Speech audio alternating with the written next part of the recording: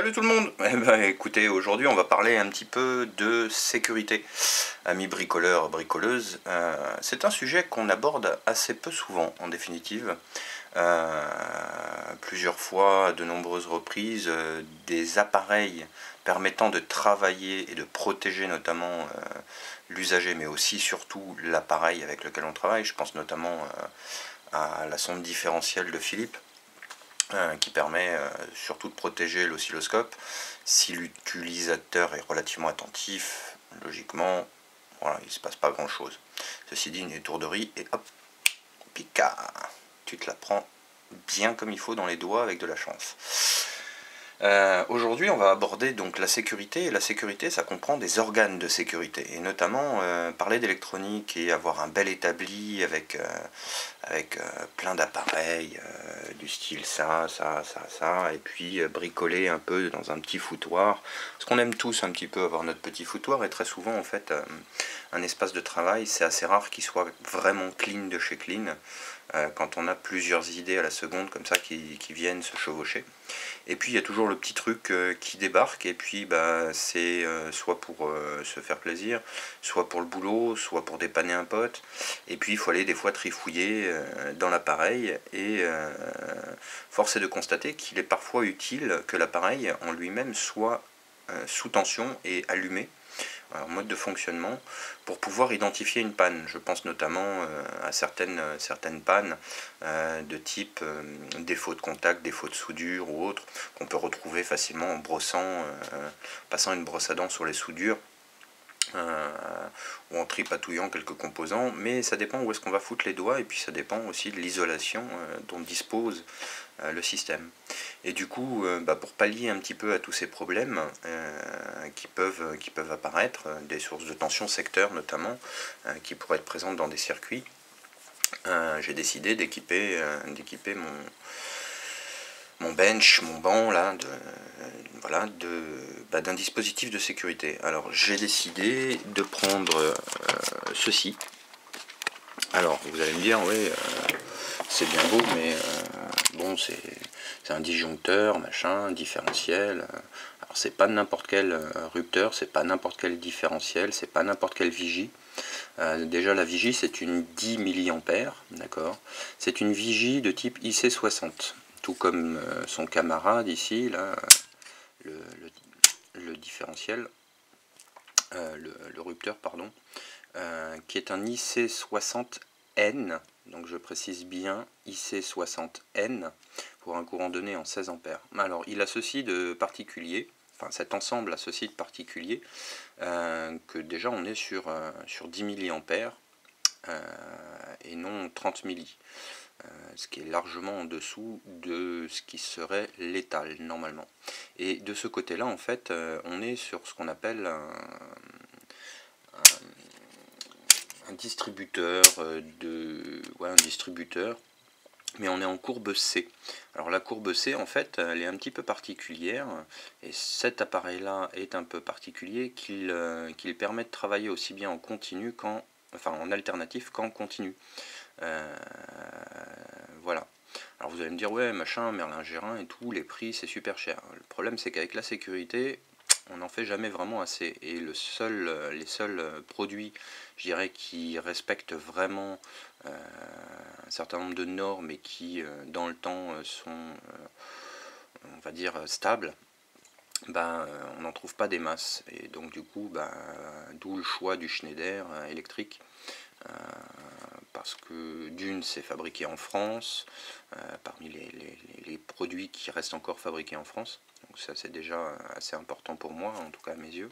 Et puis deuxièmement, au niveau de la sécurité, je préfère mettre un peu le prix et me retrouver avec quelque chose qui tienne la route, plutôt que, voilà. Alors je l'ai accompagné avec un petit coffret. Voilà. Donc un petit... tout est relatif, vous allez me dire. J'ai prévu éventuellement qu'il puisse être un peu étendu avec d'autres rupteurs, d'autres répartiteurs, enfin bon bref, voilà quoi. Donc faut pas trop limiter non plus voilà, la place. Donc là j'ai la place pour lui, et puis j'ai encore 2, 3, 4 petits emplacements. ou 2 emplacements de 2, enfin bon, ça dépend de comment les choses vont évoluer. Bref. Du coup, ça me permettra d'avoir l'ensemble du dispositif, enfin de l'établi, pardon, sécurisé, en plus des sondes différentielles, en plus de tout un tas d'autres trucs, quoi. Voilà, donc là je pense qu'à mon avis, je suis plutôt pas mal. Voilà, bon, il n'y a pas grand chose à dire de plus, hein. C'est un appareil qui a un pouvoir de coupure assez important. Il travaille notamment en 16 ampères, enfin, c'est fait pour travailler en 16 ampères, quoique là on peut monter jusqu'à 25. Bon, c'est toujours un petit peu, voilà. Il a une isolation qui est donnée pour 440 500 volts, voilà. L'UMP est de 6 kVA, et encore là, il dépend puisque c'est sous 440 volts. Si on descend à 240 volts, on est à 20 kVA. Un ICS à 75%, je ne sais pas ce que c'est d'ailleurs. Voilà, donc là on peut lire UE 400 volts, ICN 6000 ampères, 50 60 Hz, donc ça il s'en fout, et il a une constante, et il fait les constantes continues. Alors ça coûte la peau des fesses, c'est sûr, mais je crois que ça en vaut la peine. En tout cas, ma vie vaut plus cher que ce que j'ai payé pour ça, je pense, en sachant que comme je fais beaucoup de travail, comme je fais beaucoup de travail pour la société, et que l'essentiel en fait de ce que j'ai sur mon établi, c'est pour réparer des trucs de la société, hein. Ce qu'il est difficile pour moi d'avoir les deux ateliers électroniques et mécaniques au même endroit, c'est un peu compliqué, notamment au niveau des poussières et saleté, enfin bon bref, et tranquillité de boulot. Donc du coup j'ai décidé d'équiper l'établi avec ceci. Voilà. Bon bah écoutez, j'espère que cette petite vidéo faite sur le pouce comme ça, rapido, vous aura appris des petits trucs. Je vous mettrai les références. Donc là c'est la Vigie IC60 10 mA. Attention, hein, il en existe des 30 mA. Et un IC60N. D'accord, c'est pas un IC60 tout court. Il existe des IC60, mais là c'est un IC60N. Attention, ça c'est très important. On est en courbe C, d'accord. Donc le IC60 n'a rien à voir avec le IC60N. Absolument rien. C'est pas du tout les mêmes produits, c'est pas les mêmes prix non plus, mais soyez attentifs à ça si jamais vous voulez équiper votre établi avec ce genre de dispositif. Qu'est-ce qu'on pourrait dire de plus? Bon, après pour les constantes continues, ça monte pas excessivement haut, hein. Je crois que c'est inférieur ou égal à 125 volts courant continu. Bon, on n'est pas sur quelque chose d'extraordinaire, hein. Bon, c'est donné pour une durée de vie mécanique, c'est-à-dire le nombre de fois où on va faire ça 20 000 fois. Et pour des ruptures électriques, je crois c'est 10 000. Donc je pense qu'on est loin d'en arriver là. Puis ça permet de protéger l'établi, de protéger les appareils, de se protéger surtout soi-même. Là, dans le cas présent, c'est vraiment se protéger soi-même, parce qu'on n'est jamais à l'abri d'une petite connerie. Donc ça, c'est très important d'avoir ça dans son labo, ou du moins juste d'équiper la partie du lab sur laquelle on travaille avec ses instruments. Voilà. Bon, j'ai parlé beaucoup pour pas dire grand chose, si ce n'est que voilà, la sécurité, ça reste quelque chose de primordial. On peut avoir tous les appareils qu'on veut, s'il n'y a rien qui nous protège du secteur correctement, on prend un risque. Voilà, tout simplement.